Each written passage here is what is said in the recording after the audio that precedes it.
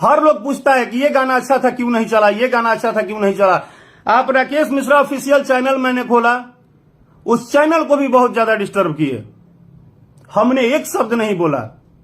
इसलिए नहीं बोला कि फैमिली में भी लोग पूछते हैं, हमारे भी दोस्त मित्र साथी बोलते हैं कि यार इतना सुंदर गाना गा देते हो, गाना इतना अच्छा होता है, फिर गाने लोग तक क्यों नहीं पहुंचते हैं।